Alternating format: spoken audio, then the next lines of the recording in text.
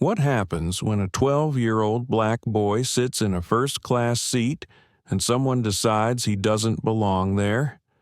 What if, in a moment that should have been filled with excitement and pride, he's told to stand up, not because of a mistake, not because of a policy, but because someone with status felt more entitled? And what if this boy doesn't move? This is the true story of Nathaniel Rhodes, a quiet, composed kid who boarded a plane with nothing but a valid ticket and a heart full of anticipation, only to be confronted by something far bigger than a seat assignment, the unspoken power of prejudice wrapped in politeness. But what the flight crew didn't know was this: Nathaniel's father was just one phone call away. A father who wouldn't let his son be erased. A family that refused to stay silent.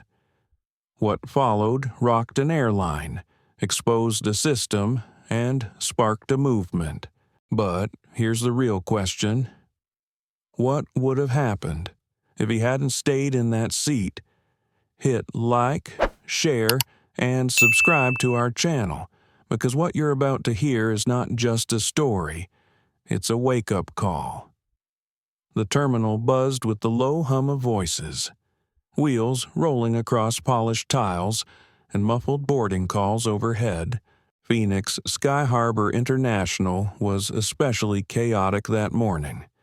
Suitcases bumped into ankles, parents wrangled toddlers, and phones glowed like tiny oracles guiding their owners to distant gates. Somewhere in the middle of it all stood Nathaniel Rhodes, clutching his passport in one hand and his boarding pass in the other. It was for seat 2D, first class. He had read that seat number so many times it was practically burned into his brain. It wasn't just a seat. It was a symbol, a moment. The first time in his 12 years he would be flying alone, in luxury, with real glassware and a reclining seat like the kind his dad always talked about when he returned from overseas conferences. Nathaniel took a slow breath, trying to still the fluttering inside his chest. His mother, Elena Rhodes, stood beside him, radiating calm the way only she could. Her hand rested gently on his shoulder. "You've got this." "Nate," she whispered, using the nickname only she was allowed to use. "Text me the moment you land." "I will," he said, his voice steadier than he felt. "Promise." His father, Jeremiah Rhodes, was already in Los Angeles preparing for a major product launch at his company, Rhodes Origin, a rising tech giant that built data ethics software for Fortune 500 companies. It was Jeremiah who had arranged this ticket, a reward, a lesson, and a rite of passage all rolled into one. The family often flew coach on short trips, a tradition meant to keep them grounded, as Jeremiah always said. But this time, he wanted Nathaniel to experience what came after hard work, after patience. Nathaniel tucked the boarding pass into his coat pocket and adjusted the strap of his backpack. He was dressed simply dark jeans, a navy hoodie, and a pair of spotless white sneakers that his mother made him promise not to ruin. He didn't stand out, and maybe that's what made him vulnerable. As they reached the check-in kiosk, Elena offered a final smile, warm, tired, a bit wistful. "Remember what your dad told you," she said. "You don't have to raise your voice to raise your worth." Nathaniel nodded, heart thumping. The gate agent greeted them without issue. A woman named Shelby, all red lipstick and brisk efficiency, looked over Nathaniel's boarding pass and nodded. "He's pre-registered for solo minor travel. We'll assign a dedicated flight attendant once he's on board." "Thank you," Elena said. Her voice was always measured, a tone that softened even cold metal edges. While they waited to board, Nathaniel noticed a small child across the gate area, blonde, no older than 5, crying over a dropped stuffed rabbit. Without thinking, Nathaniel knelt to retrieve it and held it out to her. The little girl reached for it, but her mother swooped in first, yanking the toy from his hand without a word. Her eyes flicked over him just for a second, but it was long enough to feel it. That pause, that glance. It wasn't overt. It didn't need to be. Nathaniel had seen it before. On playgrounds, in stores, even in school cafeterias. He'd once told his dad it was like people saw him through a different lens, one that made them doubt his kindness or question his presence. Jeremiah had squeezed his shoulder and said, "That lens belongs to them, not you." Nathaniel shook off the moment. He didn't want to carry that energy onto the flight. The announcement for Skyreach Airlines Flight 2745 to Los Angeles crackled through the speaker. It was time. Helena gave him one final kiss on the forehead. Be brave, but don't be afraid to ask for help. Nathaniel smiled. See you in 2 days. She watched until he disappeared through the jet bridge. As he walked, he noticed the subtle shift in tone, how the air felt more expensive in the first-class section. The lighting was warmer, the crew members' smiles more deliberate. He was escorted by a cheerful junior flight attendant named Becca, who complimented his backpack and made sure he found his seat. 2D, right here, sir, she said with a wink. Sir? That made him grin. He took his seat and looked around with wide eyes, oversized leather armchairs. Real pillows, a menu card instead of a plastic tray. He slid his backpack under the seat in front, pulled out the headphones his father had bought him, and tapped through the in-flight entertainment screen. Everything was perfect. But as the final boarding group shuffled in, Nathaniel didn't know his seat. His moment was about to be questioned, and what followed would not only test his poise and dignity, it would ripple through corporate boardrooms, social media channels, and even the very top of the airline itself. The boy with seat 2D had no idea he was about to start a fire. The seat fit Nathaniel perfectly, not just in size but in meaning. It cradled him in a way he'd never experienced, not with its leather or leg room, but with a quiet sense of place. He felt, for the first time in a long while, like he belonged. He ran his fingers over the stitching of the armrest. The material was firm but soft, like something you'd find in his father's study back home in Scottsdale. Through the small oval window, the morning sun cut gold slivers through streaks of cloud. A soft instrumental track played in his headphones as Becca, the flight attendant who had escorted him on board, moved through the aisle with a practiced grace. She knelt beside him with a warm smile. "You okay?" "Sweetheart," Nathaniel nodded. "Thank you for showing me the seat." Becca winked. "You've got the best one. You know." That small exchange made him feel like the luckiest boy in the sky. She offered him a choice of juice or water, real glass. Not plastic, and he picked orange. Mostly because it made him feel more grown up. The chill of the glass in his palm felt satisfying. A moment later, she returned with a soft blanket, tucking it neatly behind his headrest like he was royalty. Other passengers trickled in, adults mostly. Most were buried in phones or speaking in low, efficient tones about quarterly reports and connecting flights. One man, wearing headphones, had 2 phones on his lap, texting on both. A woman in heels, louder than her voice, breezed past with a designer tote dangling from one arm and a tiny dog in the other. They all barely looked at him. And maybe that was a blessing. Or maybe it was just the eye of the storm. 15 minutes later, a new figure entered the cabin, older, heavier steps, deliberate and slow. Nathaniel didn't notice him at first. He was immersed in scrolling through the film menu, deciding between a Marvel movie and an animated documentary on sea turtles. But something about the shift in air, the subtle stillness, made him look up. The man stood in the aisle near row 2, reading seat numbers with a furrowed brow. Gregory Langford, a white man in his late 50s, stood tall in a tailored gray suit that tried too hard. His hair was slicked back and receding. His watch gleamed under the cabin lights, and his lips were already tightened with distaste before he even saw Nathaniel. When he did, he paused. It wasn't the pause of someone double-checking a number. It was the pause of disbelief, of silent judgment. His eyes scanned Nathaniel, lingering on the boy's face, then his hoodie, then the open boarding pass in his hand. Nathaniel gave a polite, automatic smile. Gregory didn't return it. Instead, he took a deep breath through his nose, turned on his heel, and marched toward the front galley. Nathaniel watched him go, puzzled, his stomach tightening with a familiar unease.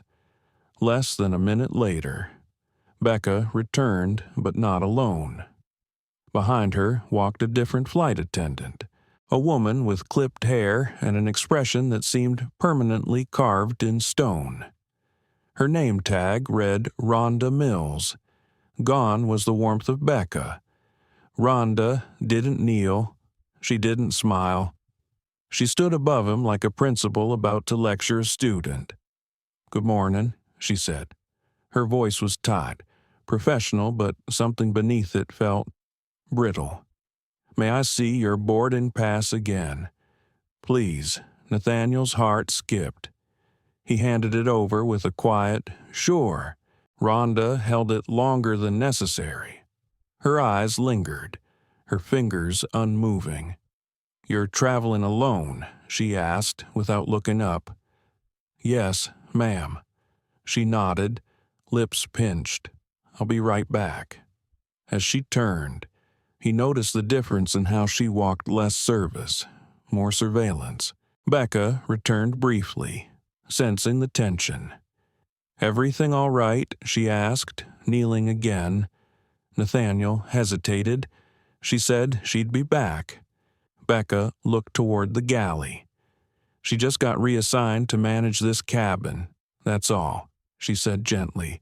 "You're doing great, by the way." But even she couldn't hide the flicker of concern behind her kindness. As she stood, Nathaniel's phone buzzed, a text from his mom. "Plane doors closed, yet I'm thinking about you." He smiled faintly and responded, "Not yet, just waiting. Love you." Another moment passed. Then Rhonda returned, this time with another crew member, a tall, pale man with thinning hair and the kind of forced politeness that made Nathaniel uncomfortable. His name tag read Tyler Brennan. Rhonda spoke first. "Mr. Rhodes," she said, voice syrupy but strained. "It appears there may have been a seat reassignment. A guest with special accommodations needs this seat." Nathaniel blinked. "Special accommodations?" Tyler added quickly. "Yes, a VIP member, executive tier. Sometimes these changes happen when needs arise suddenly." Becca stood a few rows back, watching, her mouth open like she wanted to say something, then closed again. "I don't understand," Nathaniel said softly. "My dad paid for this seat. It's right here on my ticket." Rhonda's tone sharpened just slightly. "Yes, but, as a minor, you'll still be receiving all the attention and safety protocols, even in economy. We'll be happy to seat you there." Nathaniel looked at her, feeling something cold slip beneath his skin. This wasn't about safety, and he was starting to realize it might not be about protocol either. Nathaniel stared at the two flight attendants in front of him, his hands now clenched in his lap. The boarding pass was still in Rhonda's possession, and the weight of her silence made everything around him feel distorted, like the pressurized air had shifted even before takeoff. He was 12, but not naive. His father had always taught him to notice what wasn't being said just as much as what was. So when Rhonda said a guest with special accommodations, and Tyler echoed the phrase executive tier, Nathaniel knew they weren't talking about a wheelchair or medical device. They were talking about someone powerful, someone who looked like Gregory Langford. Nathaniel spoke carefully, measuring each word. "You said special accommodations. Is the person elderly, or do they have a disability?" Rhonda hesitated just a breath too long. "No, not exactly." Tyler jumped in, his tone clipped. "It's a courtesy to our most loyal members. We ask for cooperation in these instances." Nathaniel looked down at the empty seat beside him, then at the boarding pass that Rhonda still hadn't returned. "But my name is on the ticket. My dad bought it for me 2 weeks ago." Rhonda gave a tight smile. "Yes, we're aware, but sometimes these things change, especially when VIP travel statuses are involved." It hit him all at once. This wasn't a mistake. It was a choice. A choice to honor the man who looked important instead of the boy who wasn't expected to be there in the first place.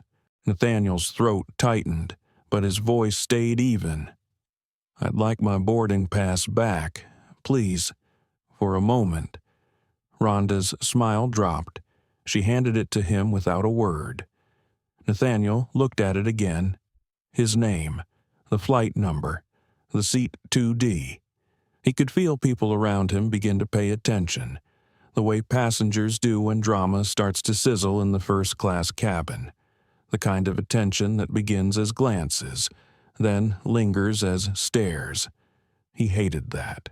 He hated being watched when he didn't choose to be. Tyler Brennan stepped closer, trying to lower his voice, but Nathaniel heard the warning edge. "Sir, if you don't comply, we may have to move you ourselves. You're a minor. We're trying to avoid making this a bigger issue." There it was, the threat, hidden beneath professional phrases, under a veil of courtesy, but still a threat. "I'm not moving," Nathaniel said calmly. Rhonda blinked. Tyler opened his mouth to respond, but was interrupted. A voice broke through the tension. "Wait, what's going on?" It came from the other side of the aisle, from a woman in her early 30s with almond skin and tightly braided hair pulled back under a beanie. She wore a travel pillow slung around her neck and a backpack resting at her feet. "I've been sitting here watching this unfold," she continued, louder now. "Does that kid not have a valid ticket for that seat?"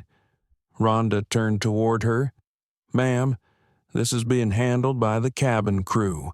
"Yeah, that's what I'm afraid of," the woman replied, folding her arms. "Because it looks like you're trying to move a black child out of a paid seat to accommodate some executive who showed up late." A murmur swept through the cabin. Someone muttered, "Wow," while another shook their head. Tyler raised his hands. "We're just asking for cooperation. Ma'am, this isn't about race." Nathaniel didn't say anything, but inside, something was unraveling and solidifying at the same time. He thought about calling his mom, but she was probably mid-flight by now, on her way to Paris. He thought of his father's words, from a conversation they'd had just a few days ago sometimes. "The world expects you to shrink so someone else can take your place. You don't have to shrink for anybody. Rhonda leaned down again. This time her voice a whisper meant only for him. "We don't want this to become a scene.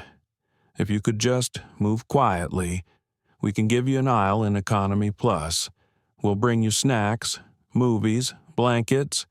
It sounded like a bribe for silence. Nathaniel stared out the window, where the tarmac was shimmering under Arizona sunlight. "I'm not moving," he said again softly, but with a clarity that made even Rhonda flinch. A passenger 2 rows back clapped once, awkwardly, like he didn't know if he was allowed to. Tyler exhaled sharply. "We'll have to notify the flight supervisor." Rhonda gave a curt nod and walked briskly toward the front. Becca, the friendly attendant from earlier, passed by at that moment. She paused just long enough to rest a hand on the back of Nathaniel's seat. "You okay?" she asked, her voice low. Nathaniel didn't answer right away. "Then, I think they're going to try and take the seat." Becca's eyes softened. "I'll stay close." Then she moved on, disappearing behind the curtain that separated the cabins. Nathaniel pulled his phone from his pocket. His hands trembled slightly. He opened the text thread with his father. No emojis, no explanations, just 3 words. They want it. He hit send. Then he waited. Somewhere past the cockpit curtain, Nathaniel imagined the crew frantically whispering behind closed galley doors. The soft chimes of boarding announcements continued overhead, muffled by the ambient hum of air vents and rolling suitcases. He tried to focus on the safety card in the seat pocket in front of him, rereading the emergency instructions like they were a secret code. But his body was still with resistance, still with fear, still with the echo of his father's advice ringing in his head. And then Gregory Langford returned. Nathaniel saw him before he heard him, his silver hair slicked back, his tie straight and stern, his jaw locked like a man used to winning negotiations before they began. He stopped at row 2 and pointed directly at Nathaniel's seat. "This is absurd," he barked, loud enough for half the cabin to hear. "You're telling me this. Child has my seat." Nathaniel looked up at him, unfazed. "It's not your seat," he said, his voice calm. "It's mine." Gregory narrowed his eyes like Nathaniel had said something offensive. Rhonda Mills returned right behind him, lips pursed. "Mr. Langford, please allow us a moment. Don't tell me to wait," Gregory snapped. "I've been executive platinum for 15 years. I've flown this airline over 400 times. I'm not going to sit behind some random kid who got a free upgrade because he smiled at the right gate agent." The words were a slap. Nathaniel didn't flinch. But inside, something cracked. He had been taught to be polite, to listen, to give people the benefit of the doubt. But what Gregory said wasn't doubt. It was contempt. Behind them, a few murmurs rippled through the first-class cabin. That same woman with the travel pillow leaned toward the aisle again. "Is this really happening?" she asked, exasperated. "The kid has a ticket. Y'all are out here negotiating like he smuggled himself in with a boarding pass made of crayon." Another passenger, a man in a rumpled blazer, added, "If you have a problem with Skyreach's booking system, maybe take it up with them instead of trying to eject a 12-year-old. Gregory Langford didn't seem to hear them. Or maybe he just didn't care. "This is the problem," he muttered, folding his arms. "Anyone can sit in first these days. Standards mean nothing." Tyler Brennan approached again, stepping between Gregory and Nathaniel. "Sir, please step back for a moment." Gregory's laugh was dry and sharp. "You're protecting him. I'm asking you to give us a moment. Tyler replied, but his voice was thinner now, less certain. Nathaniel glanced down at his phone. Still no reply from his father. Just that quiet red receipt sitting beneath the message. What if Dad was in a meeting? What if no one came? For a moment, the fear threatened to rise up like a wave. It wasn't just the threat of losing his seat. It was what it represented. That, despite doing everything right, being respectful, being quiet, being prepared, he still might be told you don't belong here. And then the phone buzzed. A single text. Hold tight. I'm on it. They're not taking that seat from you. Nathaniel took a breath. It filled his lungs like armor. Rhonda leaned toward him again. Nathaniel, we understand your concerns, but we need to resolve this. We're asking for your cooperation. This is a special case. He looked at her directly this time. What makes it special? She blinked. I can't go into all the details, because he's important. Nathaniel asked, gesturing subtly at Gregory. Because he's loud. Gregory huffed. I'm important because I built something. I run a business. I earn what I get. Rhonda tried to cut in, but Nathaniel wasn't done. My dad built something too. He's the CEO of Rhodes Origin. He paid for this seat weeks ago. I'm not here because I smiled at someone. I'm here because I belong here. It was the first time the cabin truly went quiet. Even Gregory seemed thrown for half a second. Rhodes Origin, he said, tilting his head. Never heard of it. You don't have to. Nathaniel replied. It's still real. Rhonda's professional smile was unraveling fast. Tyler looked anywhere but at Nathaniel. Then the gate door reopened. A uniformed agent entered, followed by a woman in a navy blazer with a gold pin on her collar. She looked like she meant business. She whispered something into Rhonda's ear. Rhonda's jaw clenched. Her eyes flitted toward Gregory, then to Nathaniel. The agent handed her a phone. It's for the flight lead, the agent said. Rhonda took the phone, but not before glancing at Nathaniel. Who is it? She asked quietly. The gate agent replied with two words that made Rhonda's face go pale. Jeremiah Rhodes. Rhonda Mills stood stiffly at the front of the aircraft, the phone pressed to her ear like it was a detonator. Around her, passengers watched with open curiosity, their necks craned and their earbuds removed. Nathaniel sat silently in Seat 2D, legs planted firmly, hands gripping the armrests not out of fear but focus. He was no longer afraid. He was waiting. Yes, sir, Rhonda said into the phone, nodding slightly as if the caller could see her. Understood. Tyler Brennan stood awkwardly a few steps behind her, arms folded tightly, face drained of color. The gate agent who'd brought the phone hovered in the aisle, caught in the strange space between protocol and panic.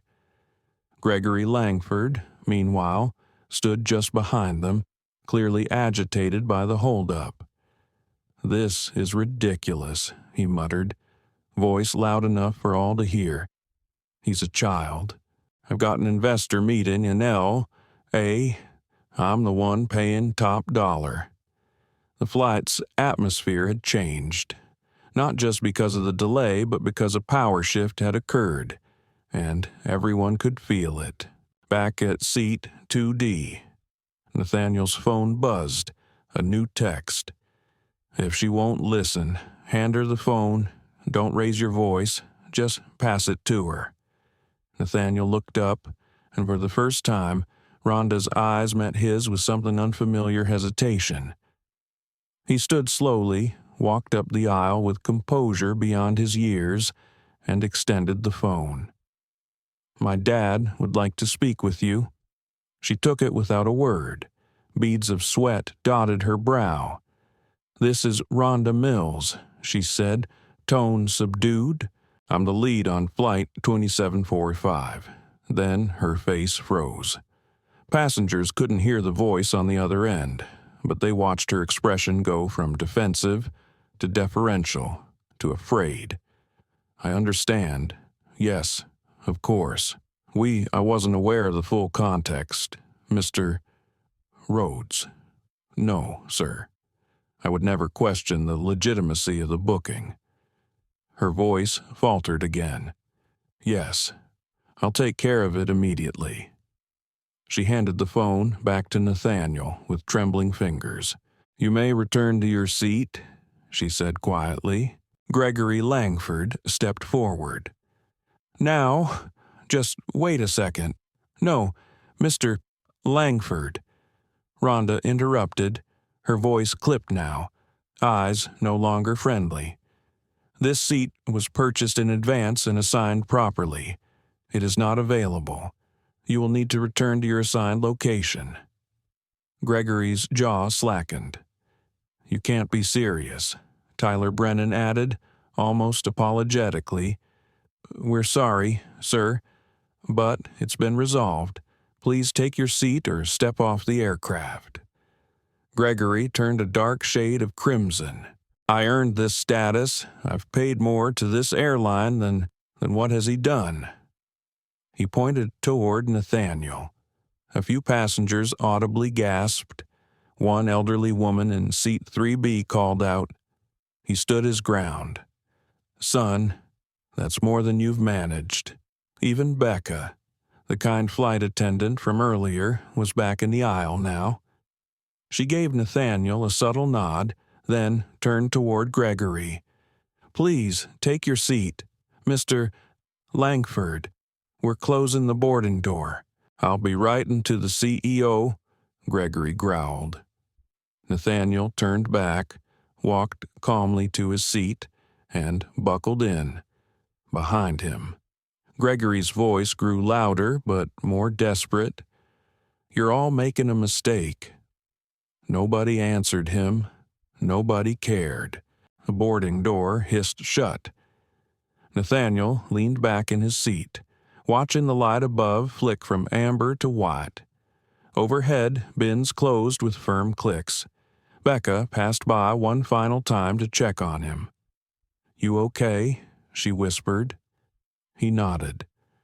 "I'm proud of you," she added quietly, then moved on. Gregory was nowhere to be seen. Whether he'd been escorted to another seat or off the plane entirely, no one was certain. But Nathaniel knew one thing. He was still in 2D, the cabin settled. As the flight attendants went through their safety demonstration, Nathaniel finally let out a breath he didn't know he'd been holding. But with the relief came a strange weight in his chest. He hadn't yelled. He hadn't cried. He hadn't even flinched. And yet he had shaken an entire plane. Why did that make him feel sad? He pulled out his headphones and pressed play on the animated documentary about sea turtles. For the next few moments, he tried to disappear into it, but his mind wandered. He thought of kids who wouldn't have had a father who answered, or a gate agent willing to bring them a phone, or passengers who spoke up at the right moment.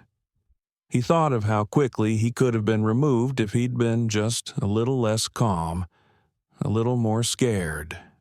He remembered what Gregory said. What has he done? And then he thought of what his father always told him. You don't need to explain your presence in places you've earned. Let your dignity speak louder than their doubt. Nathaniel let that settle inside him like a stone at the bottom of a lake. And the plane lifted into the sky. The plane had reached cruising altitude, its belly humming gently as it sliced through the clouds above the Mojave Desert. First class had settled into that peculiar hush, expensive, insulated silence broken only by the soft clicks of seat belts, the clink of glasses, and the occasional whisper of flight attendants moving like ghosts up and down the aisle. Nathaniel sat upright in seat 2D, headphones in, the tablet screen flickering quietly with the image of a sea turtle gliding through dark waters. But he wasn't watching anymore. Not really. His eyes were dry now, but inside, emotion swirled like a storm front. Relief, resentment, and something harder to name, something that tasted like grief. Grief that it had taken a call to stop them, that a child had to be protected with influence instead of just decency. He wasn't angry, not exactly, but he was disappointed in them, in the way things worked, in the way the cabin crew had treated him like a problem to be solved instead of a person to be heard. He looked around. No one made eye contact. Not Rhonda, not Tyler, and certainly not the other flight attendants, who now avoided his row altogether, as if serving him might remind them of their mistake. Their guilt came disguised as professionalism. They checked on other passengers, offered wine and small talk, but when they passed him, they kept walking. "Excuse me, young man," a soft voice from behind. Nathaniel turned. An elderly black woman with silver cornrows leaned gently toward him from seat 3C. Beside her, a quiet, broad-shouldered man with a newsboy cap and lined face nodded once in greeting. "I'm Mrs. Dolores Campbell," she said, offering a hand over the seat. "This is my husband, Mr. Alton Campbell. We just wanted to say." She paused. "You handled yourself with grace back there." Nathaniel smiled, a little bashfully, shaking her hand. "I didn't want to cause trouble," he said. "I just didn't want to give up my seat." Dolores reached for his arm gently. "Sweetheart, it wasn't you that caused trouble. You stood your ground. That's not easy, especially with all those eyes on you," her husband added, voice gravelly but warm. "You didn't raise your voice. You didn't make threats. You just told the truth and stayed in your seat. That's strength, son. Don't let anyone tell you otherwise." Nathaniel swallowed hard, nodding. Their words landed softly, like a balm over bruises he hadn't admitted were there. He hadn't realized how much he'd needed someone to say it. Becca passed by just then and stopped briefly. "Mr. Rhodes," she said quietly, kneeling beside him. "Can I get you anything? We've got baked salmon or pasta primavera for lunch." He blinked. Salmon. Please," she smiled, coming right up. Then, her voice softened even more. "For what it's worth, I'm really sorry. If I could have done something earlier, I would have." Nathaniel met her eyes. You were the only one who smiled. Becca gave a sad little nod. "Sometimes a smile is all I can do, but I'll do more next time." The lunch tray came, and he picked at it with distracted fingers. The food was good, better than anything he'd had in coach, but his appetite hadn't caught up yet. He glanced occasionally toward the back curtain, half expecting Gregory Langford to appear again like a bad dream. But he didn't. The man had disappeared, vanished behind the veil of corporate damage control. Still, Nathaniel could feel him in the whispers, a flight attendant murmuring too close to the galley, a couple in row 1 quietly speculating, "He's probably somebody's son," the man behind him asking, "What kind of father sends his kid up front alone like that anyway?" Nathaniel pressed pause on the documentary. He suddenly wished he could step off the plane and float somewhere alone. His phone buzzed again. A new message from his father. "I've spoken with Delta's executive team. They're reviewing everything. No one's touching you. Hang in there. I'll be waiting at LAX. Proud of you." Nathaniel read the last 3 words 3 times, then typed only 2 in reply. "Thanks, Dad." He could picture his father right now, probably in a suit, pacing the high-glass floors of Rhodes Origin, orchestrating calls with people in expensive offices while keeping one eye on the clock for his son's arrival. Nathaniel's chest lifted with something new. Not pride exactly, but steadiness. A sense that maybe this experience wouldn't break him, but shape him. He turned back to the Campbells and said quietly, "Do you think people will forget about this in a few days?" Dolores chuckled softly. "The news might move on, but hearts remember. Child, especially when they're cracked open." Nathaniel nodded. "I just don't want this to be all people see when they look at me." Alton leaned in. "Then make sure it isn't. Use it to do something better.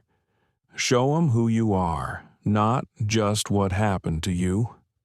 Nathaniel tucked those words away like armor, out the window. The sky stretched on wide, endless, and blue. As the plane descended through a thin veil of California haze, the lights of Los Angeles flickered like scattered gold across the landscape below. From his window seat, Nathaniel Rhodes watched the city expand beneath him, its sprawling neighborhoods, tangled freeways, and sun-kissed coastline inching closer with every second. His heart beat slower now, steadied not by the rhythm of the engines but by something deeper resolve. He felt changed, not older, not wiser necessarily, but heavier with knowing, with remembering. He looked at his reflection in the glass, same face, same quiet eyes, but something was different behind them. He hadn't just landed in a new city. He'd crossed an invisible threshold, one you can't step back over once you've seen what people are capable of when no one's watching. The pilot's voice crackled through the speakers. "Ladies and gentlemen, we're making our final approach into LAX. Please ensure your seat belts are securely fastened." Nathaniel sat upright. He glanced around the cabin at passengers now gathering earbuds and neck pillows, at Rhonda and Tyler, who moved robotically, avoiding even the air around his seat, and at the Campbells behind him, who gave a reassuring smile as if to say, "We've got your back to the gate." The plane touched down with a soft thud, tires skimming asphalt, slowing, then rolling toward the terminal. As the aircraft taxied, Nathaniel's phone buzzed again. "Dad, at the gate. Security nearby. Press is already gathering. Dad, stay calm. Walk tall." He tucked the phone into his hoodie pocket and reached for his backpack. As the door opened and passengers stood, Nathaniel stayed seated. He'd learned on previous flights that standing early just meant a longer wait, but today it was also a small act of preservation. A moment to breathe before stepping back into a world that suddenly felt noisier. Rhonda appeared once more, standing stiffly at the front of the first-class curtain. "Mr. Rhodes," she said, with a nod far more formal than it had been at the start of the flight. "You're clear to exit." Nathaniel rose. Before he moved, Dolores Campbell placed a hand lightly on his shoulder. "Keep your chin up," she whispered. "You weren't alone up here, and you're not alone out there." Her husband gave him a nod. "Welcome to the long walk," he said.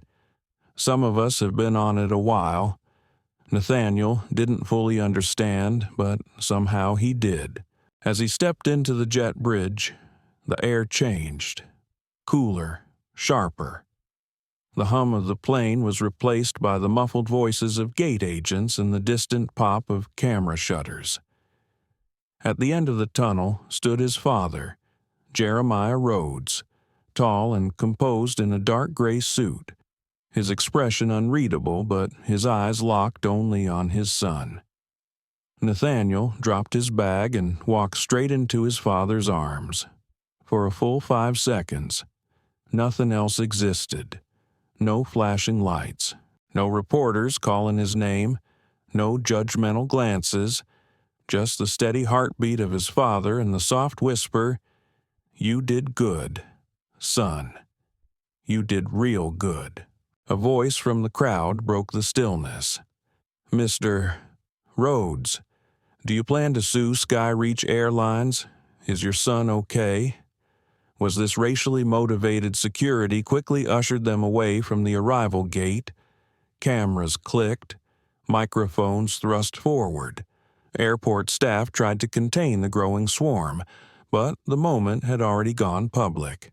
Social media had beaten them there, back in the privacy of the black SUV, waiting at curbside.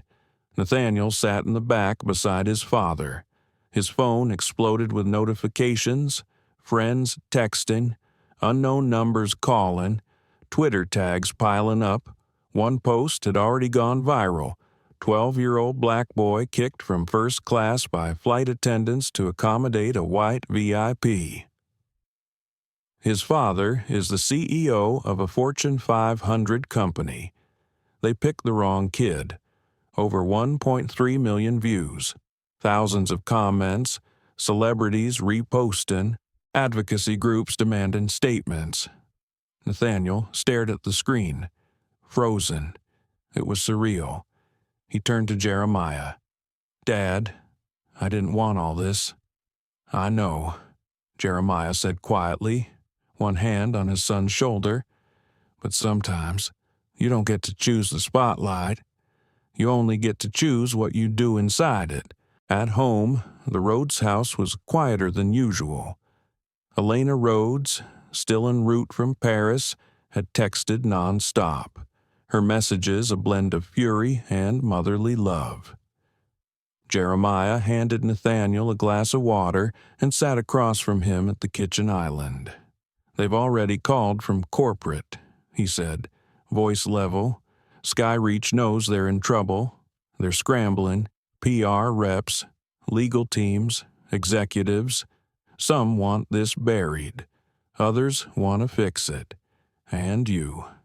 Nathaniel asked. "I want accountability," Jeremiah replied. "Not just for you, for everyone they've done this to, for the ones who didn't have anyone to call." Nathaniel nodded slowly. He thought of the Campbells, of Becca, of the moment Rhonda held his ticket like she was deciding his worth. Then he said, "What if it changes nothing?" Jeremiah looked him straight in the eye. "Then we change everything." By sunrise the next morning, the story had climbed to the top of every news cycle. Skyreach Airlines under fire.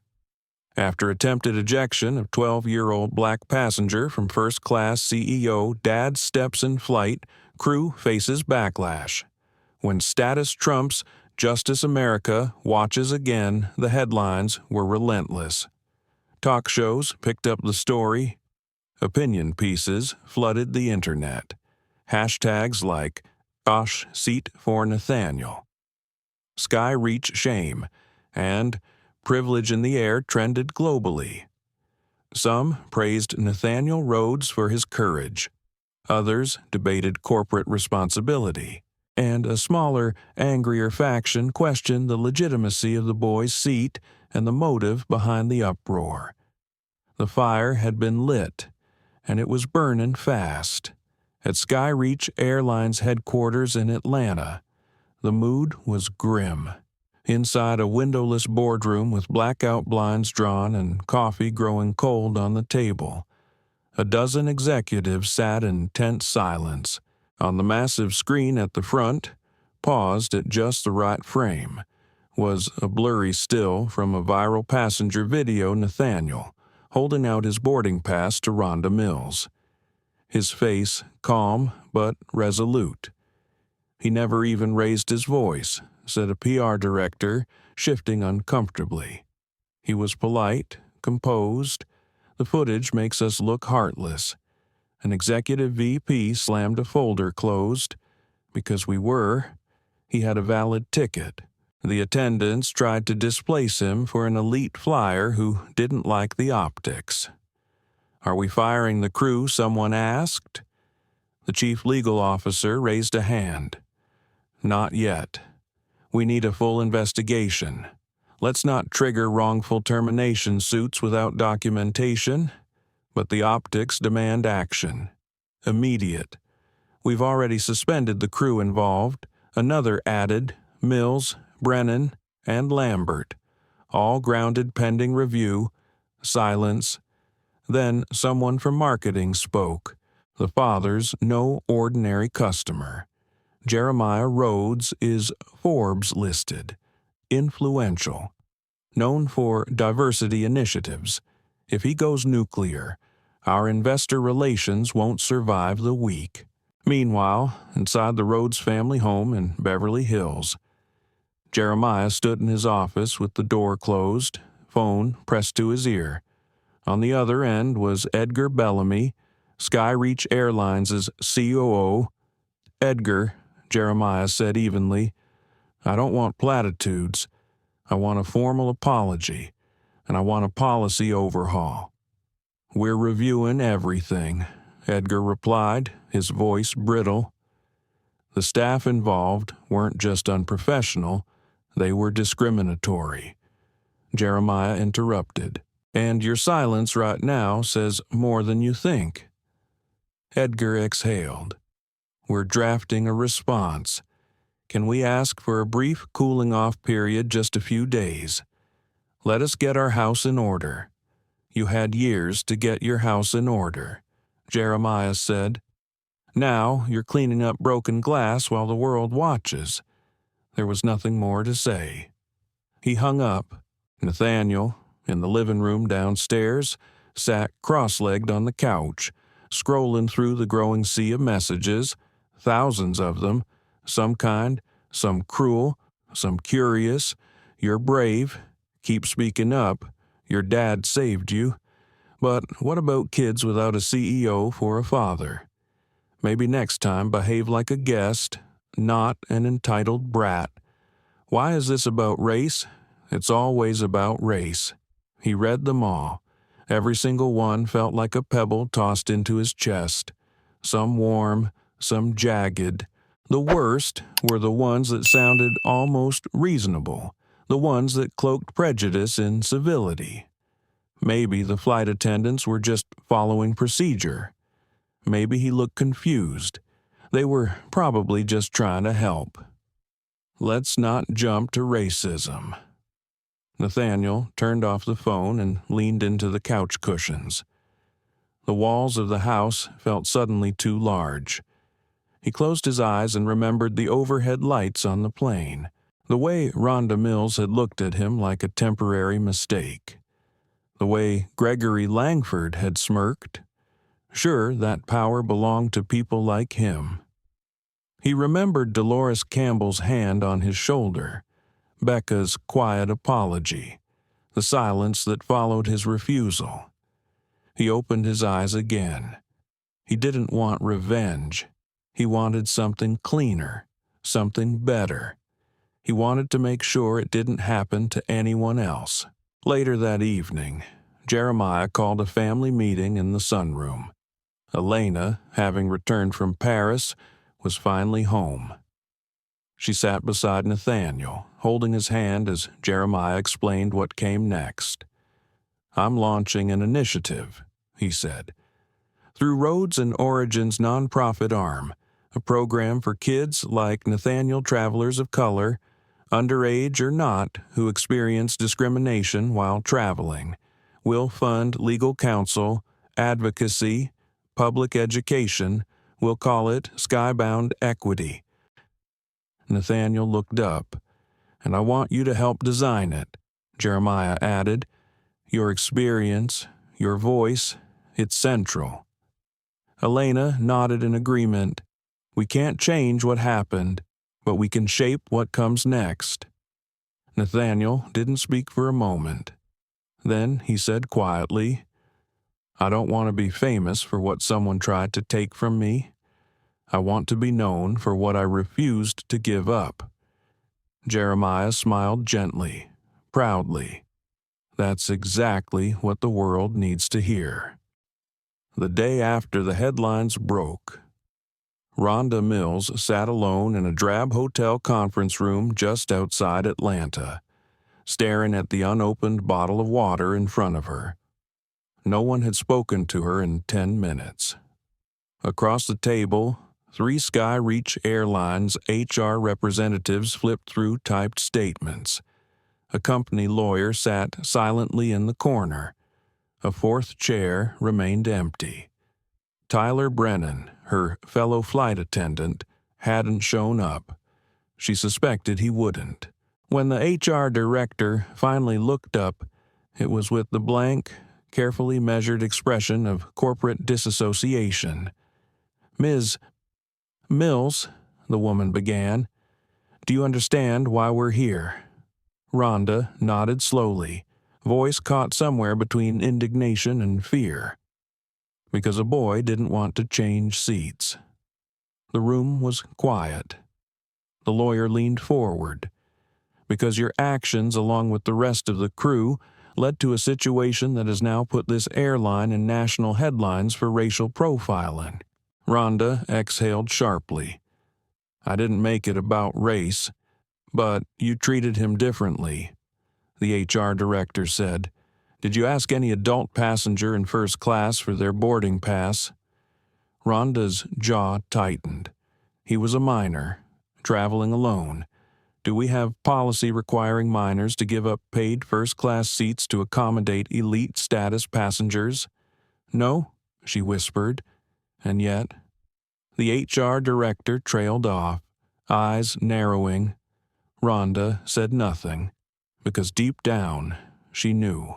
She knew what she'd felt in that moment when she'd seen Nathaniel in seat 2D, alone, small, quiet, and confident in a way that made her second-guess whether he fit.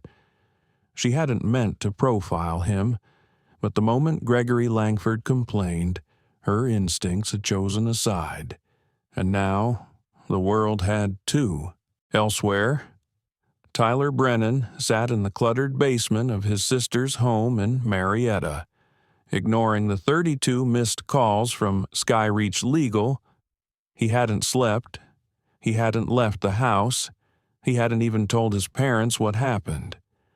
His inbox was flooded with screenshots of headlines, links to commentary calling him complicit, cowardly, a cog in the machine. He had never thought of himself as someone who discriminated, but in that moment on the flight, when Rhonda had handed him the problem, he'd gone along, because it was easier, because it felt safe, but silence had a cost. His silence now had a name, Nathaniel Rhodes. Tyler scrolled through his private messages, stopping at one from a former co-worker. "You always talked about fairness. Where was that energy when the kid needed you?" He slammed the phone down and buried his face in his hands. At home in Decatur, Cynthia Lambert, the flight supervisor, folded her Skyreach uniform for the last time. 32 years. 32 years of shift rosters, delays, upgrades, turbulence, and loyalty. And it had all ended with a voicemail from HR, "We've reviewed your conduct and regret to inform you." She stared at the pile of fabric on the bed. It didn't look like a career. It looked like evidence. She didn't protest her termination, because, unlike Rhonda, she hadn't tried to argue with the father on the phone. She hadn't defended Nathaniel either. She'd tried to smooth things over, to act like this wasn't about anything more than logistics. But she knew. She had known better, and she hadn't done better. Her retirement, once planned with ceremony and pride, was now an exit without applause. She would not be remembered for her decades of service, but for what she allowed to happen in a single hour. back in Beverly Hills. Nathaniel sat across from his father and their legal counsel in the family's study. Jeremiah slid a report across the table. They've officially dismissed all three. Nathaniel stared at the paper. "I don't know how I feel about that," he said. "You feel bad?" the lawyer, Andre Calloway, asked. "I feel conflicted," Nathaniel admitted. They were wrong, but people losing their jobs is a big deal. Jeremiah nodded slowly. "Son, accountability always feels heavy, but this wasn't your fault. They made choices, and now the consequences follow. But what if it ruins them?" Nathaniel asked. "What if I ruined them?" Andre leaned forward. "You didn't ruin anyone. You exposed what they did. That's not the same." Nathaniel was silent for a long time. Then he said, "Can we find out where they land? Like what happens to them?" Jeremiah studied his son's face. "You want to know if they're okay?" Nathaniel shrugged. "I don't know. I don't want them to be broken." Jeremiah put a hand on his son's shoulder. "That's compassion," he said. "But remember, compassion doesn't cancel justice." In the days that followed, public opinion shifted once again. Some praised Skyreach's action. Others argued that firing the crew was too extreme. Commentators debated whether the real issue was implicit bias, corporate culture, or systemic failure. Nathaniel remained quiet. No interviews, no live streams, no press conferences. He chose silence not out of fear, but reflection. But his silence was not invisibility, because across the country, kids like him were watching. And now, they had a name to whisper when they needed courage: Nathaniel Rhodes. The first public post from Skybound Equity was quiet, just a soft message on a white background. "Every traveler deserves dignity. No exceptions. Skybound Equity is committed to protecting young passengers, especially those from underrepresented communities, from discrimination in transit spaces. We stand for accountability, advocacy, and access." It was signed not by Jeremiah Rhodes, but by Nathaniel Rhodes, in a firm black script beneath the words "co-founder," age 12. The message went viral within hours. What started as a small initiative housed within the Rhodes Origin Foundation quickly evolved. Stories flooded the inbox, parents writing in about kids pulled from priority boarding lines, teens asked to explain their seating assignments, passengers questioned, profiled, repositioned. Some accounts stretched back years. Some were only weeks old.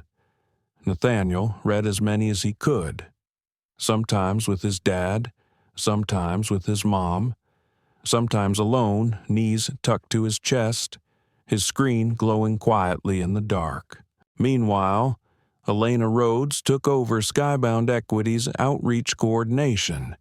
She met with advocacy groups, travel rights organizations, and civil liberties attorneys. Her message was consistent. This isn't just about Nathaniel. It's about what Nathaniel represents. On the front end, the initiative gained momentum fast. On the back end, Skyreach Airlines was in free fall. Executives scrambled, PR firms issued blanket apologies, training modules were revised, policy drafts were rewritten, reviewed, and reapproved. At one point, Skyreach's interim diversity officer, Brenda Santiago, reached out to Elena personally. "We want to meet," she said, off the record, quietly. The Rhodeses agreed under one condition: Nathaniel would be there. The meeting happened on a quiet Thursday in a neutral boardroom at a nonprofit center in West Elquay Day. Brenda arrived with 2 Skyreach attorneys in tow. Jeremiah came with Andre Calloway.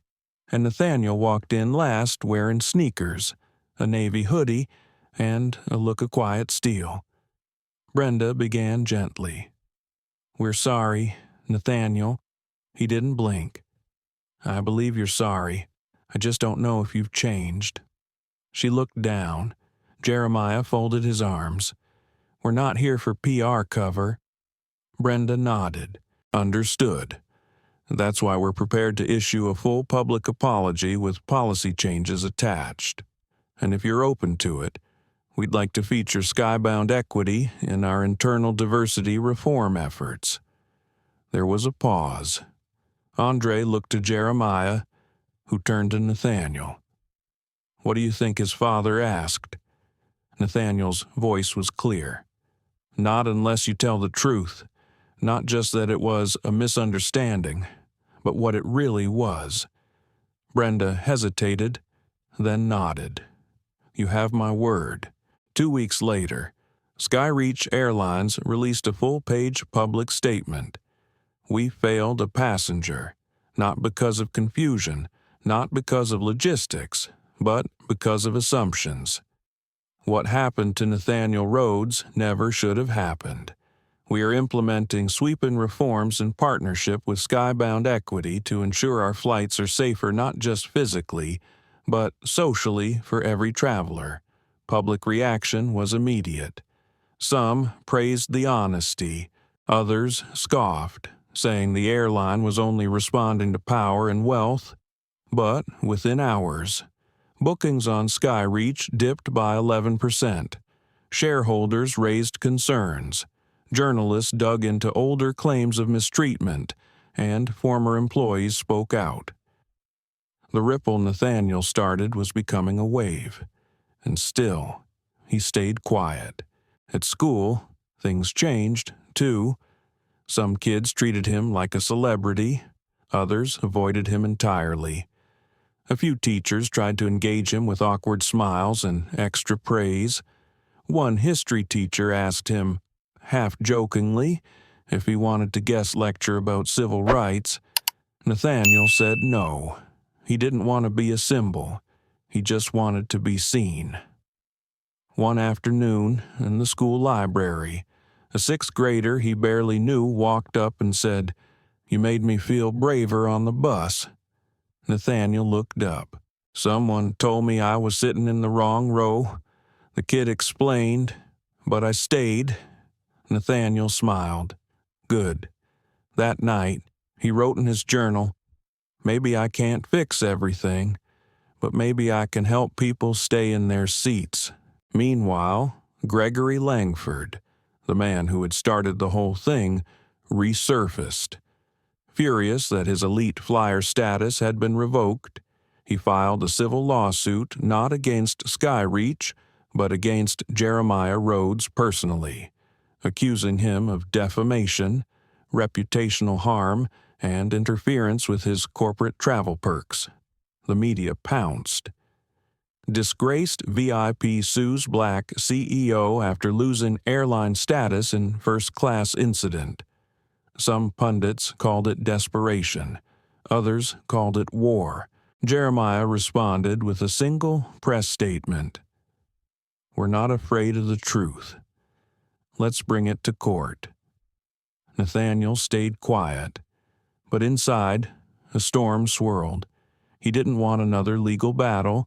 He didn't want headlines. He wanted peace. But something in him also whispered, the truth deserves to finish what it started. The courthouse was cold, not in temperature but in atmosphere. The kind of cold that seeps into your bones when you realize truth alone isn't always enough. The kind of cold that makes silence feel louder than shouting. Nathaniel Rhodes sat beside his father at the long table inside courtroom 3A of the Los Angeles Superior Court. His hands were folded tightly in his lap. His tie felt too tight, his jacket too stiff. Across the aisle sat Gregory Langford, flanked by two lawyers and a demeanor polished to perfection. Gone was the man who had snapped at a child over a seat.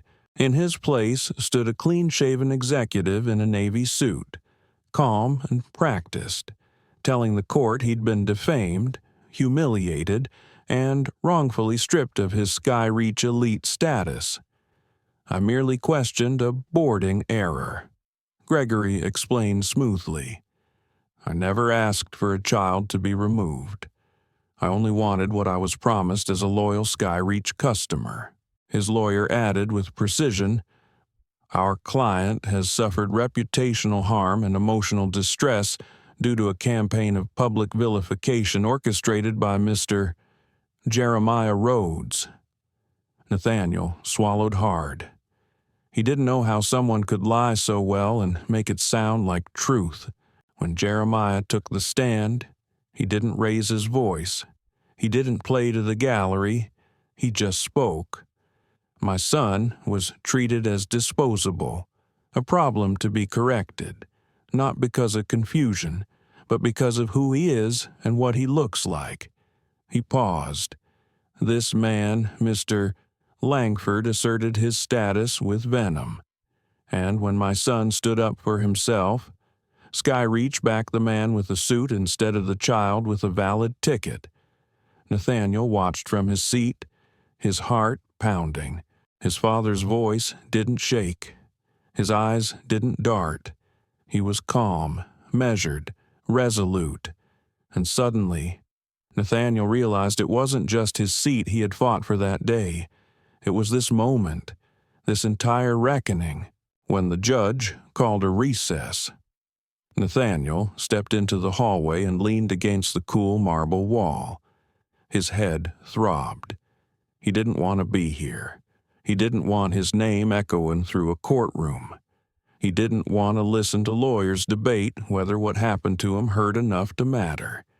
He just wanted to go home. Then a voice broke his spiral. You holding up okay? It was Andre Calloway, their attorney. Nathaniel nodded, then slowly asked, Do you think they believe me? Andre gave a half smile. They believe the truth, but courtrooms aren't always about truth. They're about who tells it better. Nathaniel looked down. That's not fair. No, Andre agreed.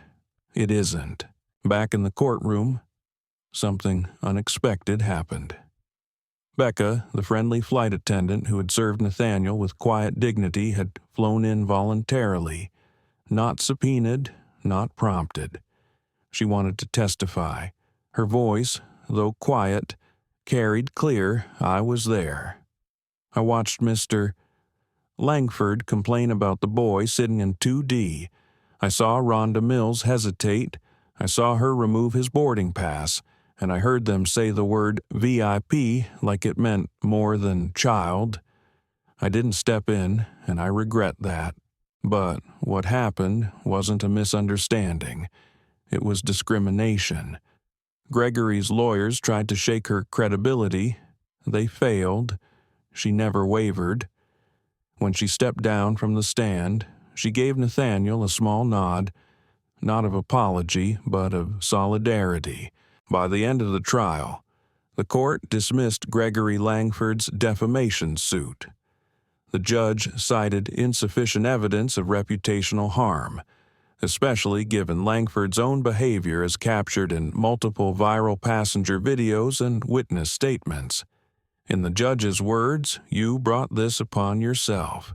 Langford didn't wait for cameras.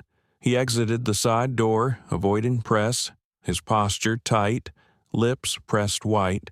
His second downfall wasn't as public as the first, but it was final. Nathaniel sat in stunned silence.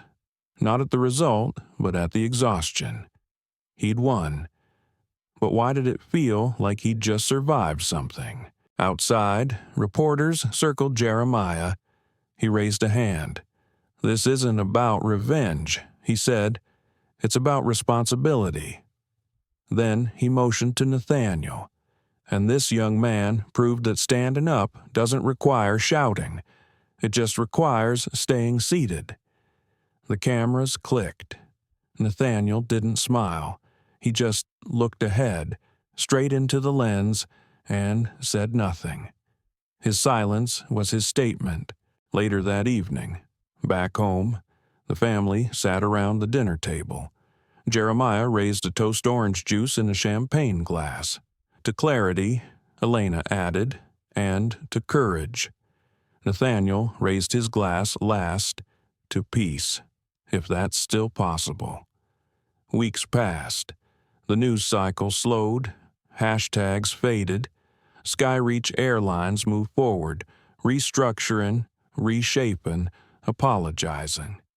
Other airlines quietly reviewed their own training programs, not wanting to become the next cautionary tale. But Nathaniel Rhodes. He wasn't interested in the headlines anymore. He was interested in healing. At school, fewer people whispered now. The cafeteria stopped going silent when he entered. Life, somehow, began to settle back into something resembling normal. But Nathaniel knew better. He had changed, quietly, permanently. He no longer thought of the world in black and white, not skin color, but certainty. He understood now how blurry right and wrong could feel when power was in the room. He understood how injustice didn't always scream. Sometimes it smiled, and still, he didn't regret it. He'd stayed in that seat.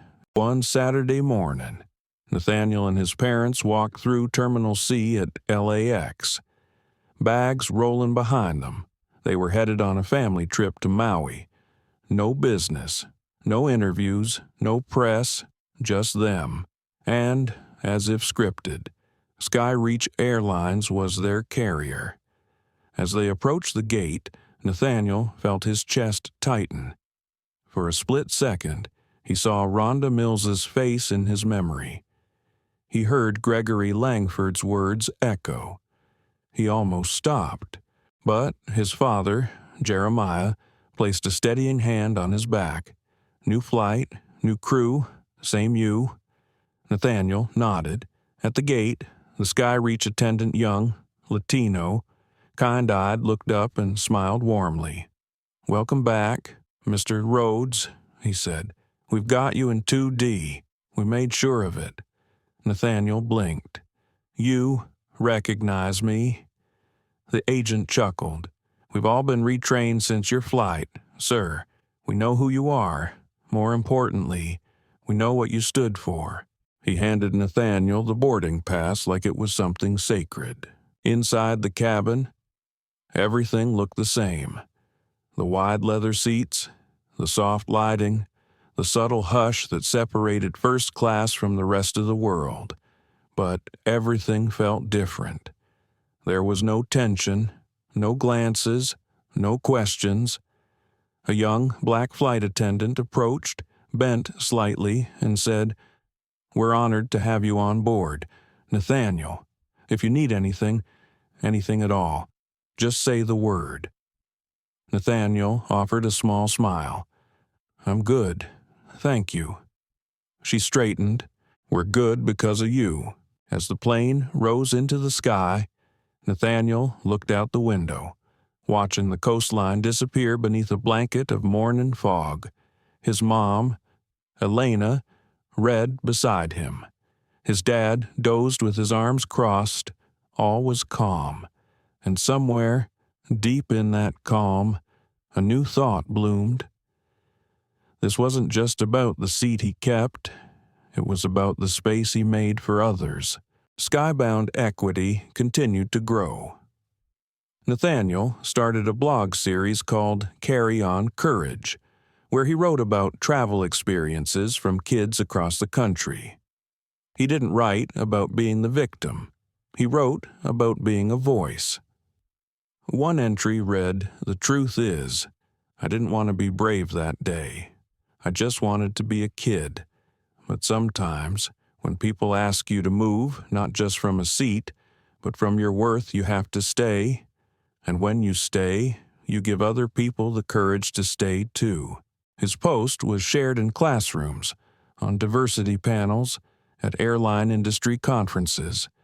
Some even called it required reading for new flight staff. He never called himself an activist, just someone who stayed put. In the months that followed, life moved on for everyone. Rhonda Mills relocated to Arizona and began working at a nonprofit housing center. Tyler Brennan went back to school, earning a certification in social work. Cynthia Lambert, surprisingly, became an advisor on aviation ethics, consulting for consumer rights organizations. Gregory Langford, disgraced and largely forgotten, quietly stepped away from public business life. Nathaniel never spoke to any of them again. He didn't need to. Forgiveness, he'd learned, didn't require presence. It required peace. On the 1-year anniversary of the flight, a small plaque was installed inside Skyreach's Los Angeles terminal, dedicated to all passengers who choose dignity over silence. In honor of Nathaniel Rhodes, he didn't attend the ceremony. He was at a youth leadership retreat, speaking to middle schoolers about standing their ground. One student raised their hand and asked, "Do you think things will ever really change?" Nathaniel smiled. "They already are. You're here. I'm here. And we're both not moving." In the end, Nathaniel didn't just keep his seat. He claimed something far more powerful, his dignity. He didn't shout. He didn't lash out. He sat still, with courage most adults couldn't muster. And in doing so, he forced the world to face an ugly truth that in 2025, the color of your skin could still call your legitimacy into question even with a first-class ticket in hand. But his story didn't stop at injustice. It became a blueprint for change, a reminder that a child's presence is not conditional, that seats, titles, and status mean nothing if they're built on the backs of silence and exclusion.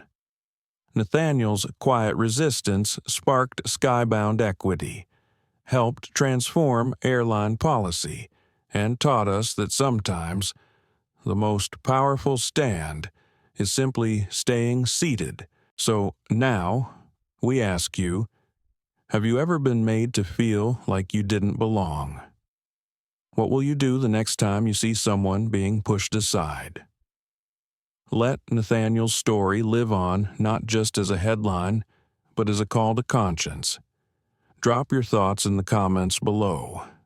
Share this story, like this video, and subscribe to our channel for more powerful, real-life stories that speak truth to power. Because the next seat they try to take could be yours, and your voice might be the one that saves it.